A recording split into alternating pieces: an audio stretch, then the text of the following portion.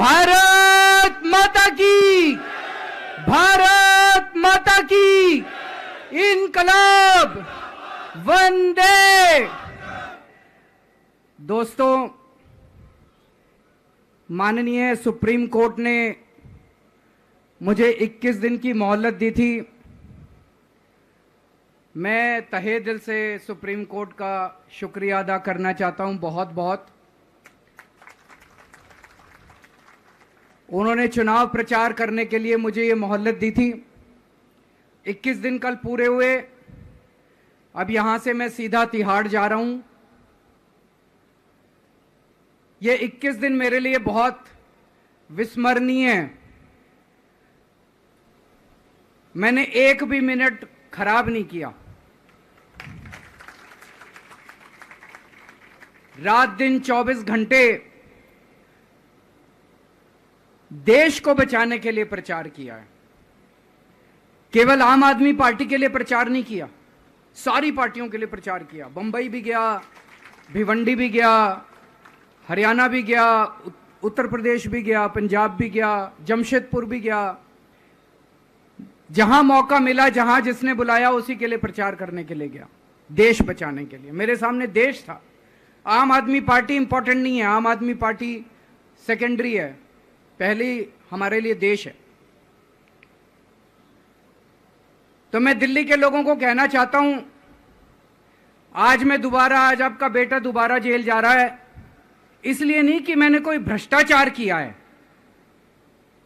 इसलिए कि मैंने तानाशाही के खिलाफ आवाज उठाने की जरूरत की है। इस प्रचार के दौरान एक सबसे बढ़िया बात यह हुई कि सारे देश के सामने प्रधानमंत्री श्री नरेंद्र मोदी जी ने यह कबूल किया कि उनके पास मेरे खिलाफ रत्ती भर भी सबूत नहीं है। हम कहते थे ना, जब भी हमसे पूछा जाता था कि भाई ये कह रहे हैं 100 करोड़ रिश्वत ली, 100 करोड़ रिश्वत ली, वो 100 करोड़ कहां गया? 500 से ज्यादा जगह तुमने रेड मार ली, कहीं चवन्नी मिली हो, अठन्नी मिली हो, 1 रुपया मिला हो, कहीं हमने खर्च किया हो, कहीं कैश पड़ा हो, कहीं लॉकर में मिला हो, कहीं स्विस बैंक में मिला, कहीं चवन्नी नहीं मिली, तो पैसा कहां गया? तो एक टीवी चैनल के इंटरव्यू में उस टीवी वाले ने मोदी जी से पूछा कि प्रधानमंत्री जी, ये केजरीवाल चारों तरफ कहता घूम रहा है कि आपके पास उसके खिलाफ कोई सबूत नहीं है, आपके पास उसके खिलाफ कोई रिकवरी नहीं है, फिर आपने उसको गिरफ्तार कैसे कर रखा है? पता है प्रधानमंत्री जी ने क्या कहा? प्रधानमंत्री जी कहते हैं, मैं मानता हूं कि केजरीवाल के खिलाफ कोई सबूत नहीं है, मैं मानता हूं कि केजरीवाल के खिलाफ कोई रिकवरी नहीं है, क्योंकि केजरीवाल अनुभवी चोर है। चलो मान लिया मैं अनुभवी चोर हूं, तुम्हारे पास सबूत तो नहीं है, तुम्हारे पास रिकवरी तो नहीं है, तो यूं ही डाल दिया मेरे को जेल में, बिना सबूत के डाल दिया मेरे को जेल में, बिना रिकवरी के डाल दिया जेल में। देश के इतिहास में 75 साल में सबसे ज्यादा बहुमत से आई हुई सरकार है। एक बार 70 में से 67 सीट, दूसरी बार 70 में से 62 सीट, 55% से ज्यादा वोट शेयर। इतने भारी बहुमत वाली सरकार के मुख्यमंत्री को आपने बिना सबूत के जेल में डाल दिया। यही तो तानाशाही है कि जिसका मन करेगा मैं उसी को जेल में डाल दूंगा, जिसका मन करेगा उसी को जेल में डाल दूंगा। और पूरे देश को मैसेज दे दिया कि अगर मैंने केजरीवाल को फर्जी केस में जेल में डाल दिया तो तुम्हारी तो औकात ही क्या है, किसी को भी पकड़ के जेल में डाल दूंगा। इसी तानाशाही के खिलाफ लड़ रहा हूं मैं, और इस किस्म की तानाशाही अपने देश को बर्दाश्त नहीं है।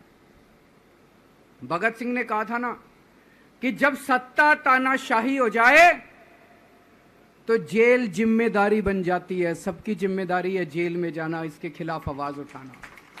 भगत सिंह के चेले हैं।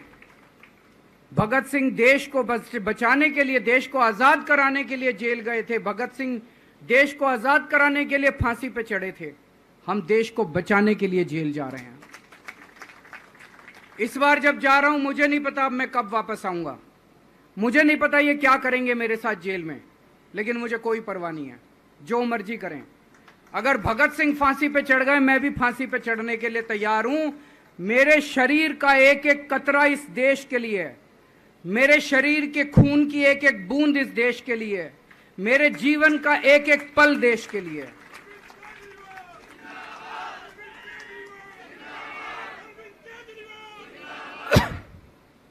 अभी मैं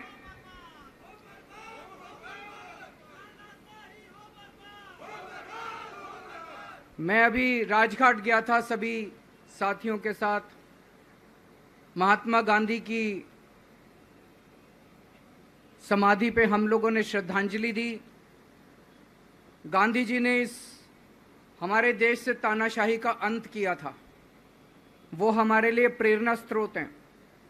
उसके बाद हम कनॉट प्लेस गए, हनुमान मंदिर, वहाँ पे हमने हनुमान जी के मंदिर में जाके हनुमान जी का आशीर्वाद लिया।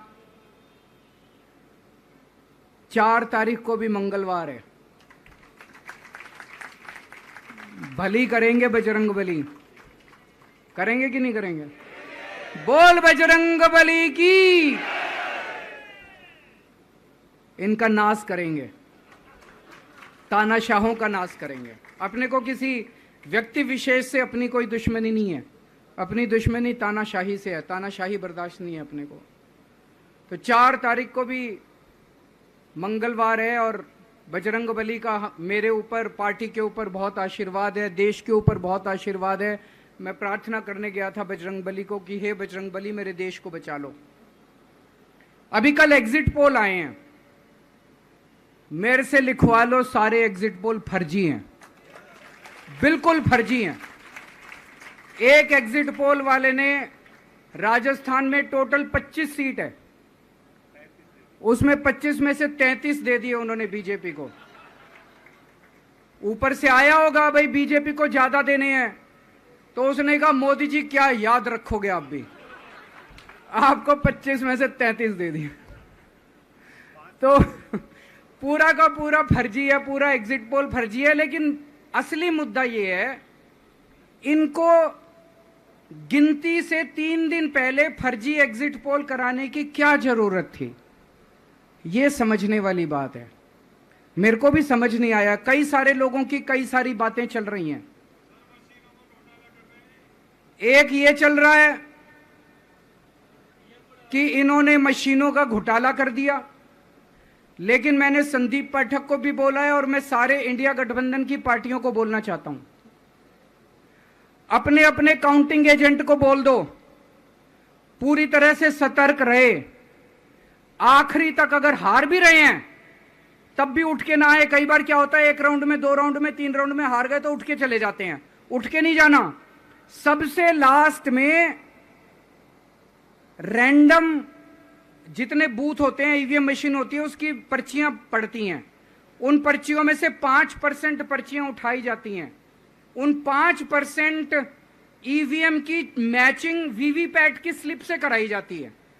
वीवीपैट पे जो स्लिप है उसकी काउंटिंग होती है, जैसे बैलेट पेपर की काउंटिंग होती थी, और उसकी काउंटिंग और ईवीएम की चेकिंग होती है दोनों की। एक भी मशीन अगर मैच ना करे तो वहां चुनाव रद्द कर दिया जाता है।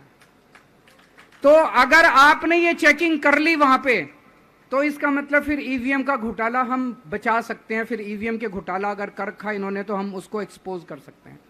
तो सब लोगों ने लास्ट तक रुक के, आपका कैंडिडेट हार भी रहा है तब भी आखिरी तक रुक के आपको ये ईवीएम की चेकिंग करा के आनी है, ईवीएम और वीवीपैट की मैचिंग करा के आनी है। एक थ्योरी ये चल रही है कि इन्होंने इतना ज्यादा सीटें इसलिए दिखाई क्योंकि इनके लोगों ने शेयर मार्केट में इन्वेस्ट कर रखा है, और कल जब शेयर मार्केट खुले तो बम्पर होगा, तो ये अपने शेयर बेच बाच के खुद तो निकल लेंगे। बाकी एक थ्योरी ये चल रही है कि अफसरशाही पे दबाव डालने के लिए अगले 3 दिन में अफसरों से उल्टे सीधे काम कराने के लिए एक माहौल बना दिया गया। भाई आ तो हम ही रहे हैं, तो हमारी बात मानो, उल्टे सीधे काम करो, काउंटिंग में गड़बड़ कराएंगे, सब कुछ करेंगे, लेकिन फिर से मैं कह रहा हूं, अपने को, अपने काउंटिंग एजेंट, एआरओ, सब आरओ, सब लोगों को अपने को ट्रेन करके भेजना है और अपने को चौकन्ना रहना है। बाद में हम कहते रहे इन्होंने ये कर दिया, उसका कोई फायदा नहीं होगा, अभी अपने को चौकन्ना रहना है। एक थ्योरी ये चल रही है कि अगर इन्होंने कल ही कम सीट दिखा दी होती एग्जिट पोल वालों ने, तो हो सकता है कि इन दोनों के खिलाफ आरएसएस में और बीजेपी में कल ही बगावत शुरू हो जाती, 4 तारीख तक इंतजार ही नहीं होता, हो सकता है। तो कई सारी थ्योरी चल रही हैं, लेकिन अपने को सतर्क रहना है, चौकन्ना रहना है। मेरा अपना मानना है कि 4 तारीख को इनकी सरकार नहीं बन रही है। ये एग्जिट पोल से घबराने की जरूरत ही नहीं है, माइंड गेम है इनका, माइंड गेम खेल रहे हैं। आपको डिस्करेज करने के लिए, डिप्रेशन में डालने के लिए बिल्कुल नहीं जाना। आप उससे जाओ कि आप जीत रहे हो, आप अपने उस कॉन्फिडेंस से जाओ कि आप जीत रहे हो, और आखिरी तक आपको बैठे रहना है, किसी भी हालत में बैठे रहना है आपको। हमें हर एक को लड़ना पड़ेगा। ये चुनाव किसी पार्टी का या किसी नेता विशेष का नहीं है, ये चुनाव इस देश को बचाने के लिए है, इस देश में जनतंत्र को बचाने के लिए है। जिसके लिए भगत सिंह, गांधी जी, सब लोग लड़े थे, वही माहौल आज है। जिस तरह से हमने अंग्रेजों को हटाया था, आज इस सत्ता को अपने को हटाना है। तो मैं सभी, आप सब लोगों का, सभी साथियों का बहुत बहुत शुक्रिया अदा करना चाहता हूं। बहुत साथ मिला आप लोगों का इन 21 दिनों में। अब जब भी मैं लौट के आऊंगा फिर मिलेंगे आप लोगों से, तब तक के लिए अलविदा।